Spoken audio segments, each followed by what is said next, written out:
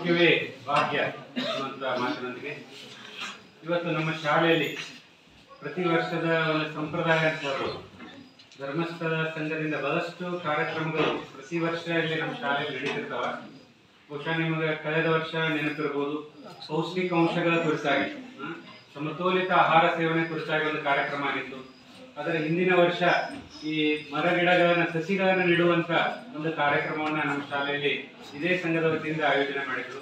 ಹೀಗೆ ಬರೀ ಶಾಲೆಯ ಮಟ್ಟದಲ್ಲಿ ಅಷ್ಟೇ ಅಲ್ಲ, ಸಾಕಷ್ಟು ಹಳ್ಳಿಯಲ್ಲೂ ಸಹಿತ ಗ್ರಾಮೀಣ ಜನರಿಗೂ ತಿಳುವಳಿಕೆ ಮೂಡಿಸುವಂತ ಸಾಕಷ್ಟು ಕಾರ್ಯಕ್ರಮಗಳನ್ನ ಮಾಡಿದ್ದಾರೆ. ಅದರಲ್ಲಿ ನಾನು ಸಹಿತ ಭಾಗಿಯಾಗಿ ಸಂಪನ್ಮೂಲ ವ್ಯಕ್ತಿಯಾಗಿ ವಿಷಯಗಳನ್ನ ಹಂಚಿಕೊಂಡಿದ್ದೇನೆ. ಸೊ ಒಟ್ಟಾರೆ ಹೇಳ್ಬೇಕು ಅಂತಂದ್ರೆ ಶ್ರೀ ಕ್ಷೇತ್ರ ಧರ್ಮಸ್ಥಳ ಗ್ರಾಮೀಣಾಭಿವೃದ್ಧಿ ಸಂಘ ಇದರ ಆಶೋತ್ತರಗಳು ಬಹಳ ದೊಡ್ಡದಾವಂತ ಹೇಳ್ಬೋದು. ಈಗ ಯೋಜನಾಧಿಕಾರಿಗಳು ಮಾತಾಡುವಾಗ ನಾವು ನೋಡಾತಿದ್ದೀವಿ ಎಷ್ಟು ಅದರ ವ್ಯಾಪ್ತಿ ಎಷ್ಟು ದೊಡ್ಡದಿದೆ ಅಂತ ಒಂದು ಸಂಘದ ಅಡಿಯಲ್ಲಿ ಇವತ್ತು ನಮ್ಮ ಶಾಲೆಯಲ್ಲಿ ಸ್ವಾಸ್ಥ್ಯ ಸಂಕಲ್ಪ ಅನ್ನುವಂತಹ ಒಂದು ಕಾರ್ಯಕ್ರಮವನ್ನ ಹಮ್ಮಿಕೊಂಡಿದ್ದಾರೆ.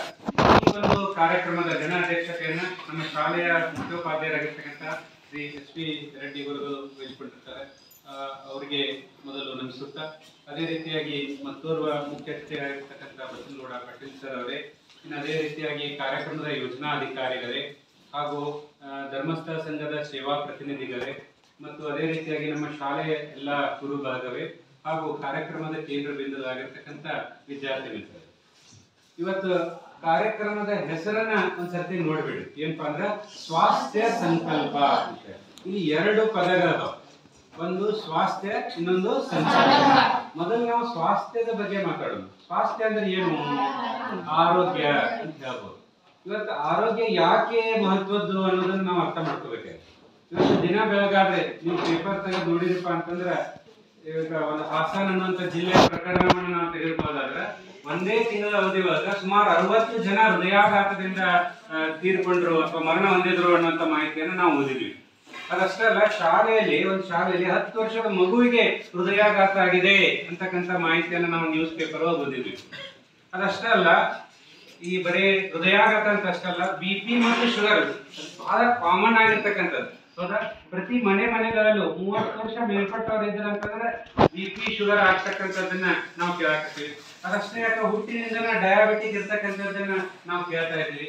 ಇಡೀ ದೇಶವೇ ಒಂದು ದೊಡ್ಡ ಡಯಾಬಿಟಿಕ್ ಹಬ್ ಆಗಿ ಇವತ್ತು ಪರಿಣಮಿಸ್ತಾ ಇದೆ ಅಂತ ಹೇಳ್ಬೋದು. ಸೊ ಅಷ್ಟರ ಮಟ್ಟಿಗೆ ಇವತ್ತು ಆರೋಗ್ಯ ಕೆಡ್ತಾ ಇದೆ. ಅದಷ್ಟೇ ಅಲ್ಲ, ಕ್ಯಾನ್ಸರ್ ಪ್ರಕರಣಗಳು ದಿನನಿತ್ಯ, ಕ್ಯಾನ್ಸರ್ ಅನ್ನೋದು ಮೊದಲು ಶಬ್ದನೇ ಕೇಳ್ತಿರ್ತೀವಿ ನಾವು. ಇವತ್ತು ಅವ್ರಿಗೆ ಕ್ಯಾನ್ಸರ್ ಆಗ್ಯದಂತ, ಇವ್ರು ಕ್ಯಾನ್ಸರ್ ಆಗ್ಯದಂತ, ಮತ್ತು ಸಾವಿರಾರು ತರ ಕ್ಯಾನ್ಸರ್, ಚರ್ಮದ ಕ್ಯಾನ್ಸರು, ಸ್ತನ ಕ್ಯಾನ್ಸರು, ಯುಟರಸ್ ಕ್ಯಾನ್ಸರು, ನೋಡಿ ಏನೆಲ್ಲ ತರನಾದಂತ ಕ್ಯಾನ್ಸರ್ ಪ್ರಕರಣಗಳನ್ನ ನಾವು ನೋಡಾತೀವಿ. ಇದಲ್ಲದೆ ಬಹಳಷ್ಟು ನೀವು ಯಾವ್ದಾದ್ರು ಹಾಸ್ಪಿಟಲ್ಗೆ ಇವತ್ತು ವಿಸಿಟ್ ಮಾಡಿ, ಒಂದ್ ಸ್ವಲ್ಪ ಕ್ಲೈಮೇಟ್ ಚೇಂಜ್ ಆಗೈತೆ ಅಂದ್ರೆ ಸಾಕು, ಇಡೀ ಹಾಸ್ಪಿಟಲ್ ಕಿಕ್ಕಿರೋದು ತುಂಬಿರ್ತಾವ. ಅಲ್ಲಿ ಸಣ್ಣ ಹಳ್ಳಿಯಾಗ ಹಾಸ್ಪಿಟಲ್ ಐತಂದ್ರೂ ಕಾಲೇ ಹಚ್ಬೇಕಲ್ಲಿ, ಹೌದಾ? ಲೈನ್ ಹಚ್ಕೊಂಡು ನಿಂದಿರ್ಬೇಕಾ, 2-3 ತಾಸೇ ನಂಬರ್ ಬರ್ತದೆ. ಅಂತದನ್ನ ನಾವು ನೋಡಾತೀವಿ. ಅಂದ್ರೆ ಎಲ್ಲ ಕಡೆಗೆ ಆರೋಗ್ಯ ಅಂತಕ್ಕಂಥದ್ದು ಏನಾಗ್ತಾ ಇದೆ, ಕೆಟ್ಟು ಹೋಗ್ತಾ ಇದೆ ಅಂತ ಹೇಳ್ಬೋದು. ಅಂದ್ರೆ ವಾಸ್ತವದಲ್ಲಿ ಆರೋಗ್ಯ ಅಂದ್ರೆ ಏನು, ಸ್ವಾಸ್ಥ್ಯ ಅಂದ್ರೆ ಏನು ಅಂತ ನಮಗೆ ಗೊತ್ತ. ಯಾರನ್ನಾದ್ರೂ ನೀವು ಕೇಳಿ ಆರೋಗ್ಯ ಅಂದ್ರೆ ಏನು ಅಂತಂದ್ರೆ ಏನ್ ಹೇಳ್ತಾರ? ರೋಗ ಇಲ್ಲದೆ ಇರುವಂತದ್ದೇ ಆರೋಗ್ಯ ಅಂತ. ರೋಗ ಇಲ್ಲಪ್ಪ ಅಂದ್ರೆ ಆರೋಗ್ಯ. ಇವತ್ತು ಯಾವ ಜ್ವರ ಇಲ್ಲ, ನೆಗಡಿಲ್ಲ, ಕೆಮ್ಮಿಲ್ಲ ಅಥವಾ ಇನ್ನೊಂದು ಏನೂ ಇಲ್ಲ ಅಂತಂದ್ರೆ ನಾನು ಆರೋಗ್ಯವಾಗಿದ್ದೀನಿ ಅಂತ ಬಹಳ ಜನ ಹೇಳ್ತಾರೆ. ಬಟ್ ಅದು ಪೂರ್ಣವಾದ ಮಾಹಿತಿ ಅಲ್ಲ, ಅಥವಾ ಪೂರ್ಣ ಆರೋಗ್ಯದ ಪೂರ್ತಿಯಾದಂತ ವ್ಯಾಖ್ಯೆ ಅಲ್ಲ ಅಂತ ಹೇಳ್ಬೋದು. ವರ್ಲ್ಡ್ ಹೆಲ್ತ್ ಆರ್ಗನೈಸೇಷನ್, WHO ಅಂತ ಹೇಳಿ, ವರ್ಲ್ಡ್ ಹೆಲ್ತ್ ಆರ್ಗನೈಸೇಷನ್, ವಿಶ್ವ ಆರೋಗ್ಯ ಸಂಸ್ಥೆ, ಅವರು ಆರೋಗ್ಯ ಅಂದ್ರೆ ಏನು ಅನ್ನೋದನ್ನ ಹೇಳ್ತಾರೆ.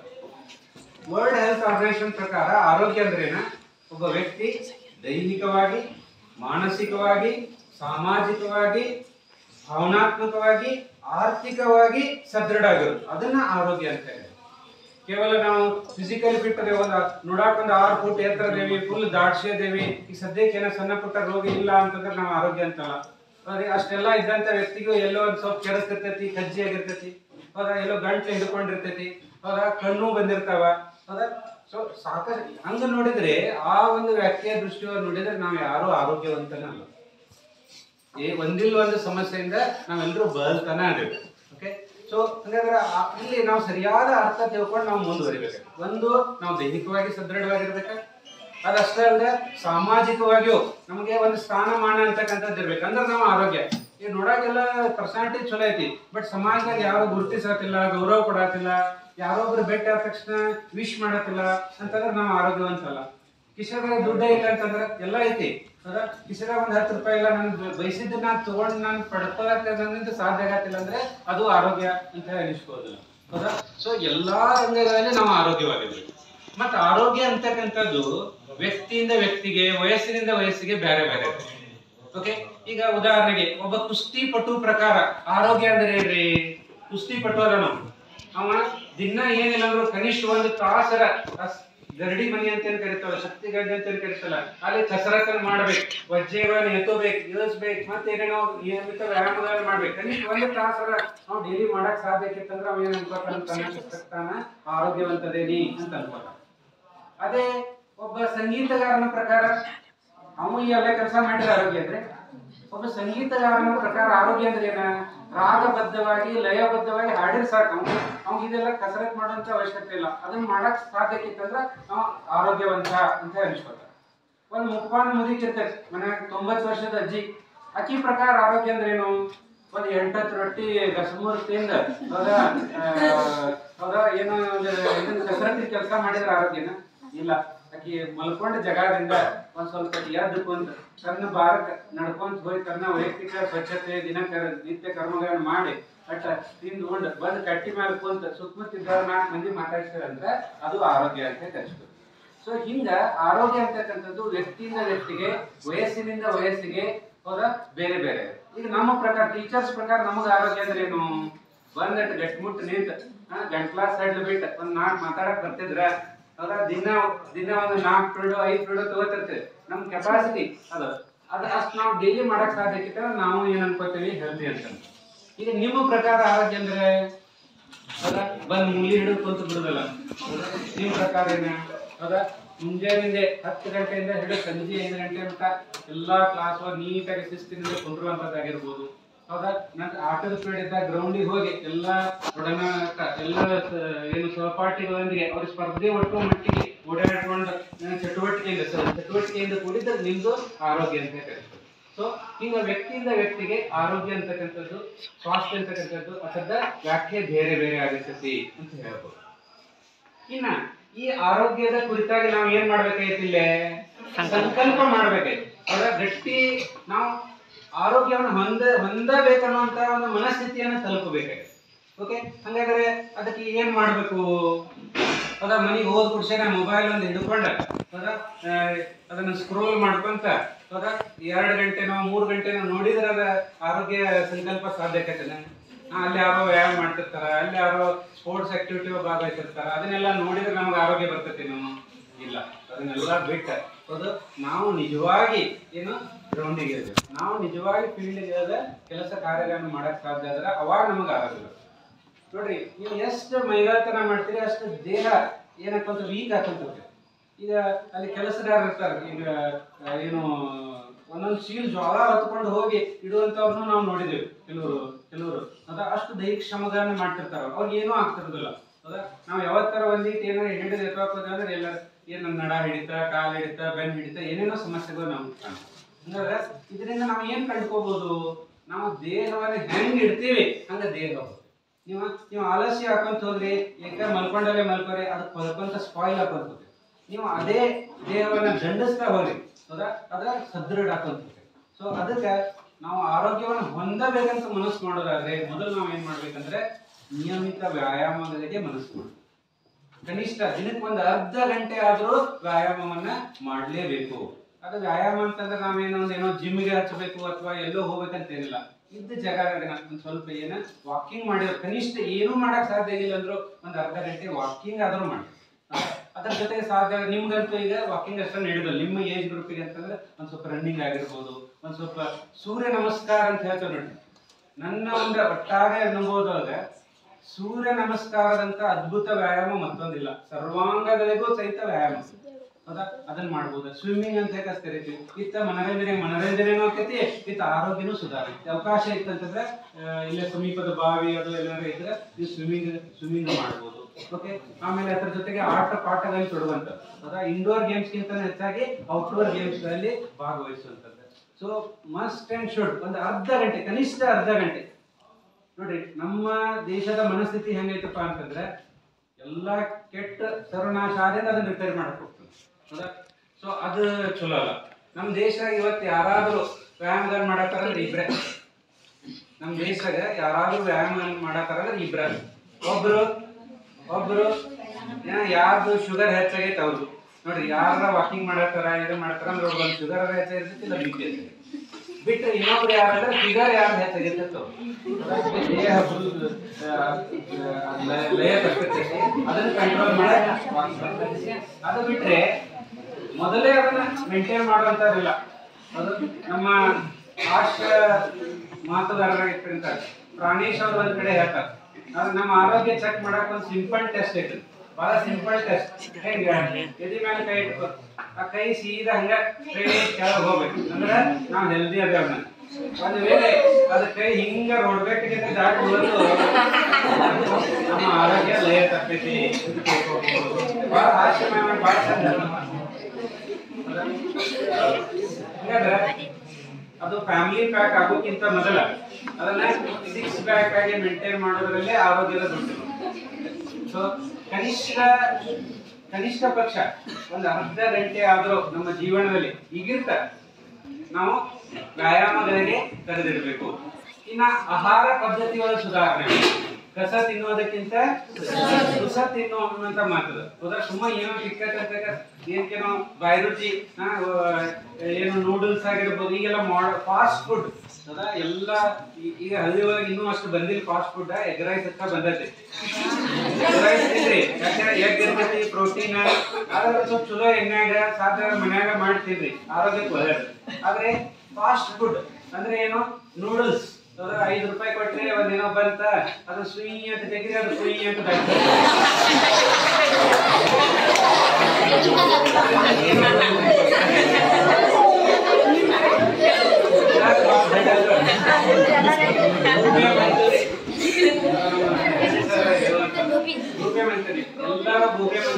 ಗೋಬಿ ಮಂಚೂರಿ ಎಲ್ಲ ಗೋಬಿ ಮಂಚೂರಿ. ಸಂಜೆ ನೋಡ್ಬೇಕು ಸಿಟಿ ಒಳಗಂತೂ ಅವ್ರು ರಾತ್ರಿ ಊಟನ ಪಿಜ್ಜಾ ಬರ್ಗರ್. ಬೆಂಗಳೂರು ಅಂತ ಇತರ ಮನ್ಯಾಗ ಅಡಿಗೆ ಅದು ಮಾಡೋದೇ ಇಲ್ಲ. ಸಂಜೆ ಮುಂದೆ ಇದಾವ ಇಬ್ಬರು ಇರ್ತಾರ, ಅವ್ರು ಗಂಡ ಹೆಂಡತಿ. ಗಂಡದ ನೈಟ್ ಡ್ಯೂಟಿ, ಹೆಂಡತಿ ಡೇ ಡ್ಯೂಟಿ. ಅವ್ರೆಂದು ಭೇಟಿ ಆಗೋಲ್ಲ. ಅವ್ರು ಏನು ವಾರದ ಒಂದು 5 ನಿಮಿಷ ಯಾವ್ದೋ ಒಂದು ಪಿಜ್ಜಾನೋ ಬರ್ಗರ್ ಸೆಂಟರ್ಗೆ ಹೋಗಿ ಒಂದು ಪಿಜ್ಜಾ ತಿಂದ್ರೆ ಮುಗಿದು ಅವತ್ತಿನ ಊಟ ಮುಗಿದು. ಹೌದಪ್ಪ, ಎಷ್ಟೋ ಜನ ಪಾನಿಪುರಿ ತಿಂದ್ರೆ ನೈಟ್ ಇದನ್ನ ತೆಗೆದ್ಬಿಟ್ಟು ಅವತ್ತಿನ ಊಟದ ಇದ ಮುಗಿದು. ಈ ರೀತಿ ಮಾಡಿದಾಗ ಏನಾಗತ್ತಂದ್ರೆ ಆರೋಗ್ಯ ಸಂಪೂರ್ಣ ಕೊಲ್ಯಾಪ್ಸ್ ಆಗ್ತದೆ. ಇವತ್ತು ಒಂದೇ ದಿವಸ ತಿಂದ್ರೆ ಏನಾಗುದಿಲ್ಲ, ಹೌದಾ? ನಮ್ಗೆ ಏನಾಗತ್ತೆ ಏನಾಗತ್ತೆ ಬಿಡ ಅನ್ನೋದು ಅದನ್ನ ಕಂಟಿನ್ಯೂ ಮಾಡೋದು. ಬಟ್ ಅವ್ರು 6 ತಿಂಗಳು, ವರ್ಷ, ಒಂದು 2-3 ವರ್ಷ ತಿಂದಾಗ ಅವು ಏನಾಗ್ತಾವ ಅಂದ್ರೆ ದೊಡ್ಡ ಪ್ರಮಾಣದಲ್ಲಿ ನ್ಯೂನ್ಯ ಪೋಷಣೆಯನ್ನು ಉಂಟು ಮಾಡ್ತಾರೆ. ಪೋಷಕಾಂಶದ ಕೊರತೆ ಆಗ್ತಾವೆ. ಅವಾಗ ಅನೇಮಿಯಾ, ರಕ್ತಹೀನತೆ ಆಗುವಂತದ್ದಾಗಿರ್ಬೋದು, ಮತ್ತೆ ಇನ್ನೊಂದು ಏನೇನೋ ಸಮಸ್ಯೆಗಳು ಆಗುವಂತದ್ದು ಸ್ಟಾರ್ಟ್ ಆಗ್ತೈತಿ. ಅದಕ್ಕೆ ಸಮತೋಲಿತ ಆಹಾರವನ್ನು ಸೇವಿಸಬೇಕು. ನೋಡ್ರಿ, ಕೇವಲ ಏನೋ ಬಿಸಿ ಊಟ ಯೋಜನೆ ಅಂತಂದ್ರೆ ಈ ಮಧ್ಯಾಹ್ನ ಅನ್ನ ಸಾರ ಇದೆಷ್ಟ ತಿಂದ ನಾವೇನೋ ಬಲಶಾಲಿಗಳಾಗ್ಬಿಡ್ತೀವಿ, ಸದೃಢ ಆಗ್ಬಿಡ್ತೀವಿ ಅಂದ್ರೆ ಸಾಧ್ಯ ಇಲ್ಲ. ಈಗ ಎಷ್ಟೋ ಜನ ಮುಖದ ಮೇಲೆಲ್ಲ ವೈಟ್ ಪ್ಯಾಚ್ಗಳೆಲ್ಲ ಆಗತ್ತವ, ಅವು ನ್ಯೂನ್ಯ ಪೋಷಣೆಯನ್ನ ಬಿಂಬಿಸುವ. ಗೊತ್ತಾಯ್ತು? ಕಂಪಲ್ಸರಿ ತರಕಾರಿ ತಪ್ಪಲ್ ಪಲ್ಯಗಳು ನಮ್ಮ ಊಟದ ಭಾಗವಾಗಿರ್ಬೇಕು. ಗಜ್ಜರಿ, ಮೂಲಂಗಿ, ತರಕಾರಿ ತಪ್ಪಲ್ ಪಲ್ಯಗಳು, ಹಣ್ಣು ಹಂಪಲುಗಳು ನಮ್ಮ ಆಹಾರದ ಭಾಗ ಆಗಿರ್ಬೇಕು. ಜೊತೆಗೆ ಒಣ ಹಣ್ಣುಗಳು, ಡ್ರೈ ಫ್ರೂಟ್ಸ್ ಅಂತ ಹೇಳ್ತಾರೆ, ಅವು ಸಹಿತ ನಮ್ಮ ಆಹಾರದ ಭಾಗ ಆಗಿರ್ಬೇಕು. ಜೊತೆಗೆ ಮೊಳಕೆ ಒಡೆದ ಕಾಳುಗಳು. ನೋಡಿ, ಎಷ್ಟು ಜನ ತಪ್ಪಲ್ ಪಲ್ಯ ತಿಂತೀರಿ? ನಿಮ್ಮಷ್ಟಕ್ಕೆ ನೀವು ಆತ್ಮಾವಲೋಕನ. ಎಷ್ಟು ಜನ ಹಣ್ಣು ಹಂಪಲುಗಳನ್ನ ಸೇವನೆ ಮಾಡ್ತೀರಿ? ಹಣ್ಣು ಹಂಪಲ ಅಂತಂದ್ರೆ ಏನ ಆಪಲ್ ಇವನ್ನ ತಿನ್ಬೇಕಂತ, ಕಾಸ್ಟ್ಲಿ ಹಣ್ಣ ತಿನ್ಬೇಕಂತಿಲ್ಲ. ನಮ್ಮ ಸ್ಕೂಲ್ ಒಳಗೆಲ್ಲ ಇವತ್ತು ಏನೋ ಬಾಳೆಹಣ್ಣು ಕೊಡತ್ತಾರ, ಸಾಕಷ್ಟು ಪೋಷಕಾಂಶಗಳಿಂದ ಸಮೃದ್ಧ. ಸೊ ಅಂತವನು ತಿನ್ಬೋದು. ಪಪ್ಪಾಯ ಹಣ್ಣು ಊರಾಗ ಎಲ್ಲ ಬೇಯಿಸಿರ್ತಾವ, ಚಿಕ್ಕು, ಸಪೋಟ, ಕಾಲ್ ಹಣ್ಣು, ಸೀತಾಫಲ ಹಣ್ಣು ಕಾಮನ್ ಆಗಿ ಸಿಗ್ತಾವ. ದಿನಕ್ಕೆ ಒಂದು 5 ತರ ಹಣ್ಣುಗಳನ್ನಾದ್ರೂ ಸೇವಿಸಬೇಕು. ಅಂದ್ರೆ 5 ಹಣ್ಣು ತಿನ್ಬೇಕಂತಲ್ಲ, ಇಟ್ಟಿಟ ಸ್ವಲ್ಪ ಸ್ಮಾಲ್ ಬೈಟ್ಸ್ ಇಟ್ಟಿಟ ನಾವೇನ್ ಮಾಡ್ಬೋದ, ಒಂದು 5 ತರ ಹಣ್ಣುಗಳನ್ನಾದ್ರೂ ತಿನ್ಬೇಕು. ಯಾರು ತಿನ್ನತ್ತೀರಿ? ಆತ್ಮಾವಲೋಕನ ಮಾಡ್ತಾರೆ. ಎಷ್ಟು ತನ ತಪ್ಪಲ್ ಪಲ್ಯಗಳನ್ನ ತಿನ್ನತ್ತೀರಿ? ಆತ್ಮಾವಲೋಕನ ಮಾಡ್ತಾರೆ. ಆಮೇಲೆ ಮೊಟ್ಟೆ ಸಂಡೇ हो या मंडे रोज का वो एक अंडे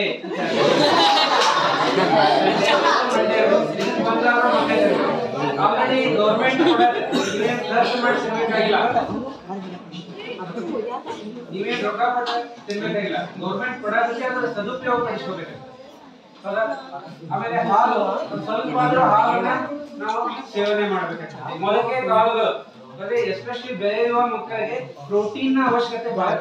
ಸೊ ಮೊಳಕೆ ಕಾಳುಗಳನ್ನ ತಿನ್ನುವಂತದ್ದು ಸಹಿತ ರೂಢಿ ಮಾಡ್ಕೋಬೇಕು. ಜೊತೆಗೆ ಸಭ್ಯ ಆಮೇಲೆ ಮನೆಯಲ್ಲೇ ಮಾಡಿರ್ತಕ್ಕಂಥ ಆಹಾರಗಳನ್ನ ಸೇವಿಸೋದನ್ನ ರೂಢಿ ಇಟ್ಕೋಬೇಕು. ಯಾವತ್ತೂ ಒಮ್ಮೆ ಬಾಯಿ ರುಚಿಗೆ ಹೊರಗಡೆ ಹೋದ್ರು ಸಹಿತ ಹೆಚ್ಚು ಮನೆಯ ಊಟವನ್ನ ಸೇವಿಸುವಂತದ್ದನ್ನ ರೂಢಿ ಮಾಡ್ಕೋಬೇಕು.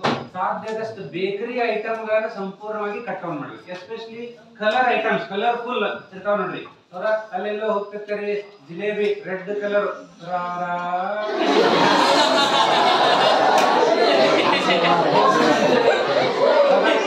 ಗೋಬಿ ಒಂದು ಸಿಕ್ಸ್ ಕಲರ್ ಹೇಳಿರ್ತಾರಲ್ಲ, ತಿಂದ್ರೆ direct cancer, it leads to cancer. ಇವತ್ತು ಕ್ಯಾನ್ಸರ್ ಆಗಕ್ಕೆ ಬಹುಮುಖ್ಯ ಕಾರಣ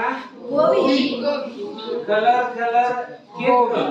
ಮಾರ್ಕೆಟ್ ನಾಗ ಇವತ್ತು ಕಲರ್ ಫೋಟೋನ ಪ್ರಿಂಟ್ ಹಾಕಿ ಕೊಟ್ಟಿರ್ತಾರ ನೋಡ್ರಿ, ಅದನ್ನ ನೋಡ್ರಿ ನಿಮ್ಮದೇ ಬರ್ತಡೇ ನಿಮ್ದ ಕುತ್ತಿಗೆ ಕೋದು ಆ ಬರ್ತಡೇ ನಿಮ್ದ ಫೋಟೋ ಅಲ್ಲಿ ಪ್ರಿಂಟ್ ಮಾಡಿರ್ತಾರ, ಅದನ್ನೇ ಕೋದು ನೀವೇ ತಿನ್ನೋದು, ನಿಮ್ಮ ಫ್ರೆಂಡ್ಸಿಗೆಲ್ಲ ತಿನ್ನಕ್ ಕೊಡು. ಇದು ಒಳ್ಳೆ ಬೆಳವಣಿಗೆ ಒಂದು ಚೆನ್ನಾಗಿ ವಿಚಾರ ಮಾಡಿ. ಆ ಫೋಟೋ ಅಲ್ಲಿ ಪ್ರಿಂಟ್ ಆಗ್ಬೇಕಾದ್ರೆ ಎಷ್ಟು ಕೆಮಿಕಲ್ ಆಡ್ ಆಗಿರ್ತಾವ, ಅಂತ ಕೆಮಿಕಲ್ಸ್ ಬಾಡಿ ಒಳಗೆ ಹೋದ್ರೆ ಕ್ಯಾನ್ಸರ್ ಆಗದ ಮತ್ತೇನಾಗಕ್ಕೆ ಸಾಧ್ಯತೆ. ಸೊ ಇವತ್ತು ಮೆಜಾರಿಟಿ ಕ್ಯಾನ್ಸರ್ಗೆ ಕಾರಣ ಕಲಬೆರಕೆ ಆಹಾರ, ಎಸ್ಪೆಷಲಿ ಕಲರ್ಸ್, ಕೆಮಿಕಲ್ಸ್ ಗೊತ್ತಾಗತೈತಿ. ಸೊ ಅದಕ್ಕಾಗಿ ನಾವು ಆರೋಗ್ಯ ಸಂಕಲ್ಪ ಮಾಡ್ಬೇಕಂದ್ರೆ ಒಳ್ಳೆ ಆಹಾರ ಸೇವನೆ, ಇದು ಸಂಕಲ್ಪ ಗೊತ್ತಾಯ್ತಾ. ನಿಯಮಿತ ವ್ಯಾಯಾಮ, ಇದು ನಮ್ಮ ಸಂಕಲ್ಪ. ಇದರ ಜೊತೆಗೆ ದುಶ್ಚಟಗಳಿಂದ ಮುಕ್ತವಾಗಿರುವುದು, ಇದು ಬಹಳ ಇಂಪಾರ್ಟೆಂಟ್. ಇವತ್ತ ಸಿಗಾರೆಟ್ ಸ್ಮೋಕಿಂಗ್ ಆಗಿರ್ಬೋದ, ಹಳ್ಳಿಗಳಲ್ಲಿ ನೀವು ನೋಡ್ತೇನೆ ಹೌದಾ. ಸೊ ಇವತ್ತು ಸಾಕಷ್ಟು ದುಶ್ಚಟಗಳಿಗೆ ಯುವ ಜನತೆ ಬಹಳಷ್ಟು ಬಲಿಯಾಗತ್ತೆ. ಯಾವ ವಯಸ್ಸಿನಾಗ ದುಡಿದು ಗಳಿಸಿ ಏನೋ ಒಂದು ತಮ್ಮ ಕನಸುಗಳನ್ನು ಈಡೇರಿಸ್ಕೋಬೇಕಾಗಿತ್ತ, ಆ ವಯಸ್ಸಿಗೆ ದುಶ್ಚಟಗಳಿಗೆ ಬಲಿಯಾಗತ್ತಾರ. ಮೆಜಾರಿಟಿ ಇವತ್ತು ಆಕ್ಸಿಡೆಂಟ್ ಆಗತ್ತವು, ಸಾಯಕತ್ತಾವ. ನೀವು ಅಬ್ಸರ್ವ್ ಮಾಡ್ರಿ, ಅವರು ಕುಡಿದಿರ್ತಾರೆ, ನಶೆ ಇರ್ತಾರ, ಅಂತವ್ರನ್ನ ಆಕ್ಸಿಡೆಂಟ್ ಆಗಿದೆ, ಅಬ್ಸರ್ವ್ ಮಾಡ್ರಿ ಹೌದಾ. ಸೊ ಅದಕ್ಕಾಗಿ ದುಶ್ಚಟಗಳಿಂದ ಮುಕ್ತ ಆಗಬೇಕು, ಇದು ಬಹಳನೇ ಅವಶ್ಯಕತೆ ಇರ್ತಕ್ಕಂಥದ್ದು. ಓಕೆ, ಸೊ ಇಂತಹ ಹವ್ಯಾಸಗಳನ್ನ, ಹೆಲ್ದಿ ಹ್ಯಾಬಿಟ್ಸ್ ಗಳನ್ನ ನಾವು ರೂಢಿ ಮಾಡಿಕೊಳ್ಳುವ ಮೂಲಕ ಆರೋಗ್ಯದ ಕುರಿತಾಗಿ ನಾವು ಸಂಕಲ್ಪವನ್ನ ಮಾಡಕ್ ಸಾಧ್ಯತೆ. ಆ ಸಂಕಲ್ಪವನ್ನ ತಾವೆಲ್ಲರೂ ಮಾಡ್ತೀರಿ ಅಂತ ಭಾವಿಸ್ತೀನಿ. ಇನ್ನು ಹೇಳಕ್ ಸಾಕಷ್ಟು ವಿಷಯಾಂಶಗಳು ಇದ್ರು ಸಹಿತ ಈ ಸಮಯಕ್ಕೆ ಇಷ್ಟು ಸಾಕಂತ ಅನ್ಕೋತೀನಿ. ಇದ್ರ ಜೊತೆಗೆ ನೀವು ಏನ್ ಮಾಡ್ಬೇಕು ಅಂದ್ರೆ, ಯಾವ ಎಲ್ಲ ತರ ರೋಗಗಳದಾವ ಮತ್ತೆ ಹೆಂಗೆಲ್ಲ ಒಬ್ಬರಿಂದ ಒಬ್ಬರಿಗೆ ಹರಡ್ತವೆ ಅನ್ನೋದು. ಗಾಳಿಯಿಂದ ಹರಡುವ ರೋಗ ಅದಾವ, ಕಲುಷಿತ ನೀರಿನಿಂದ ಹರಡುವ ರೋಗ ಅದಾವ, ಮಣ್ಣಿನಿಂದ ಹರಡುವ ರೋಗ ಅದಾವ, ಬ್ಯಾಕ್ಟೀರಿಯಾಗಳಿಂದ ರೋಗ ಬರ್ತಾವ, ವೈರಸ್ಗಳಿಂದ ರೋಗಗಳು ಬರ್ತಾವ, ಶಿಲೀಂಧ್ರಗಳಿಂದ ಬರ್ತಾವ, ಸೊಳ್ಳೆ ಕಚ್ಚೋದ್ರಿಂದ ರೋಗಗಳು ಬರ್ತಾವ ಹೌದಾ. ಇಲ್ಲಿ ನಿಮಗೆ ಶಾಲೆಗಳಲ್ಲೂ ಸಹಿತ ನಾವು ಕಲಿಸ್ತೇವೆ, ಈ ಎಲ್ಲಾ ವಿಧದ ರೋಗಗಳನ್ನು ಕಲಿಸ್ತೇವೆ. ಅದರ ಬಗ್ಗೆ ಮೊದಲು ಮಾಹಿತಿ ಇರ್ಬೇಕು ಹೌದಾ. ಡೆಂಗ್ಯೂ, ಈಗ ಮುಂಗಾರು ಸೀಸನ್, ಸೊಳ್ಳೆಗಳ ಸಂಖ್ಯೆ ಹೆಚ್ಚಾಗೈತೆ ಹೌದಾ, ಆ ಟೈಮ್ನಾಗ ಡೆಂಗ್ಯೂ ಬರ್ತದೆ ಹೌದಾ. ಆಮೇಲೆ ಜಂತು ಮಣ್ಣು ಆಟ ಆಡ್ತಾರೆ, ಅದ ಕೈ ತಪ್ಪದಲ್ಲೇ ಏನೇನೋ ತಿನ್ಬಿಡ್ತಾರೆ, ಅದ ಎಗ್ಸ್ ಅಥವಾ ಮೊಟ್ಟೆಗಳು ಇರ್ತಾವ ಮಣ್ಣೊಳಗ, ಜಂತಿನು ಅವ ಹೊಟ್ಟಿಯೊಳಗೆ ಹೋಗಿ ಜಂತ ಆಗ್ತಾವ. ಓಕೆ, ಸೊ ಅದಕ್ಕಾಗಿ ಯಾವೆಲ್ಲ ತರ ರೋಗಗಳದಾವ, ಅವು ಹೆಂಗೆಲ್ಲ ನಮಗೆ ಒಬ್ಬರಿಂದ ಒಬ್ಬರಿಗೆ ವರ್ಗಾವಣೆ ಆಗ್ತಾವ ಅನ್ನೋದು ಗೊತ್ತಿದ್ರೆ ಅವುಗಳನ್ನ ನಾವು ತಡೆಯುವಂತ ಪ್ರಯತ್ನವನ್ನ ಮಾಡಬಹುದು. ಜೊತೆಗೆ ನಮ್ಮ ಒಂದು ಫ್ಯಾಮಿಲಿ ಹಿಸ್ಟ್ರಿ, ನಮ್ಮ ಮನೆತನದಲ್ಲಿ ಕೆಲವೊಂದಿಷ್ಟು ಅನುವಂಶೀಯ ರೋಗಗಳಂತ ಇರ್ತಾವ. ಅಸ್ತಮಾ ಆಗಿರ್ಬೋದ, ಮಧುಮೇಹ ಆಗಿರ್ಬೋದ, ಆಮೇಲೆ ಹೃದಯ ಸಂಬಂಧಿತ ಕಾಯಿಲೆಗಳಾಗಿರ್ಬೋದ. ನಮ್ಮ ಫ್ಯಾಮಿಲಿ ಒಳಗೆ ಹಿಸ್ಟ್ರಿ ಒಳಗೆ ಇತ್ತಪ್ಪ, ಯಾರ್ಯಾರು ನಮ್ಮ ಅಜ್ಜನೋ ತಂದೆನೋ ಯಾರಿಗೋ ಒಬ್ಬರಿಗೆ ಆ ರೀತಿ ಸಮಸ್ಯೆ ಇದ್ದು ಅಂದ್ರೆ ಈಗ ನಾವು ಎಚ್ಚೆತ್ಕೊಂಡು ಆ ರೀತಿ ಸಮಸ್ಯೆ ಬರಗಾನ ನಾವು ಕಾಳಜಿಯನ್ನ ವಹಿಸ್ಬೇಕು. ಇಂಥದೆಲ್ಲ ಮಾಡಿದಾಗ ಮಾತ್ರ ನಾವು ಒಳ್ಳೆ ಆರೋಗ್ಯವನ್ನ ಕಾಪಾಡಿಕೊಳ್ಳಕ್ಕೆ ಸಾಧ್ಯತೆ.